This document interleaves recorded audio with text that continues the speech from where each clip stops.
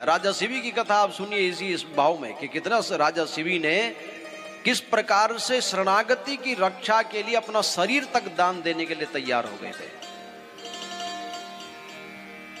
एक बाज एक कबूतर के पीछे भाग रहा है शिकार करने के लिए, और वो कबूतर भी उड़ता उड़ता पहुंचा और राजा शिवी के द्वार पर। राजा शिवी ने देखा कि देखो ये तो कबूतर हाँप रहा है। कबूतर ने राजा से कहा देखो मेरे प्राणों की रक्षा करो। राजा ने कहा वचन दे दिया कि तेरे प्राणों की रक्षा मैं करूंगा। क्या बात है मुझे बता। कहा कि मेरे पीछे बाज पड़ा हुआ और मुझे मारना चाहता है, मुझे खाना चाहता है। राजा शिवी ने कहा कोई बात नहीं, मैं वचन देता हूं कि तेरे प्राणों की रक्षा करूंगा। इतने में बाज आया। बाज ने कहा राजा शिवी ये तो मेरा शिकार है। राजा शिवी ने कहा बोले तुम्हारा शिकार होगा, लेकिन मैंने तो इसको वचन दे दिया मैं इसकी रक्षा करूंगा। बाज ने कहा ये तो अधर्म है सरासर, किसी के भोजन का हरण करना भी तो महापाप है, और ये जो कबूतर है ये मेरा भोजन है, इसमें मेरा कोई अपराध नहीं है। ये तो जो मांसाहारी जीव हैं, अरे अगर शेर अगर किसी बैल को मार रहा है तो वो उसके शिकार है, और भगवान ने उसको उसी रूप में ही बनाया है। और वो सर्कल बहुत अलग है, वो सृष्टि को सही बैलेंस करने के लिए सारी चीजें बनी है। अगर गंदगी में कीड़े ना पड़े तो बदबू ज्यादा आए, वो खा जाते हैं उन चीजों को।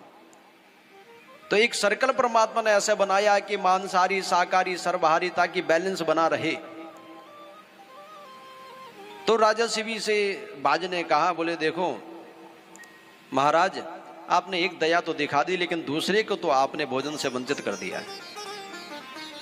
राजा शिवी ने कहा यह धर्म संकट की बात है, मैंने सच में इसको वंचित कर दिया, लेकिन मैं दूसरे के प्राण भी कैसे इसको दे सकता हूं। राजा शिवी ने कहा देखो बाज जितना इस कबूतर का वजन है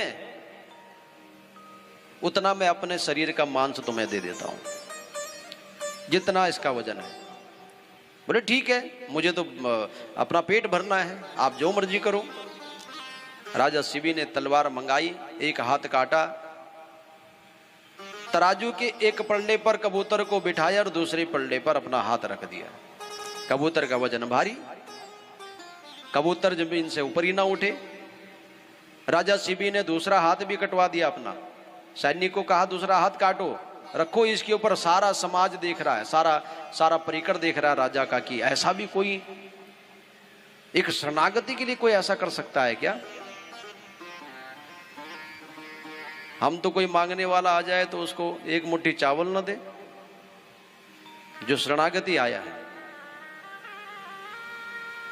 तो राजा शिवी ने कहा बोले ऐसा करो एक पैर और काटो। पैर काटा फिर भी कबूतर भारी, दूसरा पैर काटा फिर भी कबूतर का वजन भारी।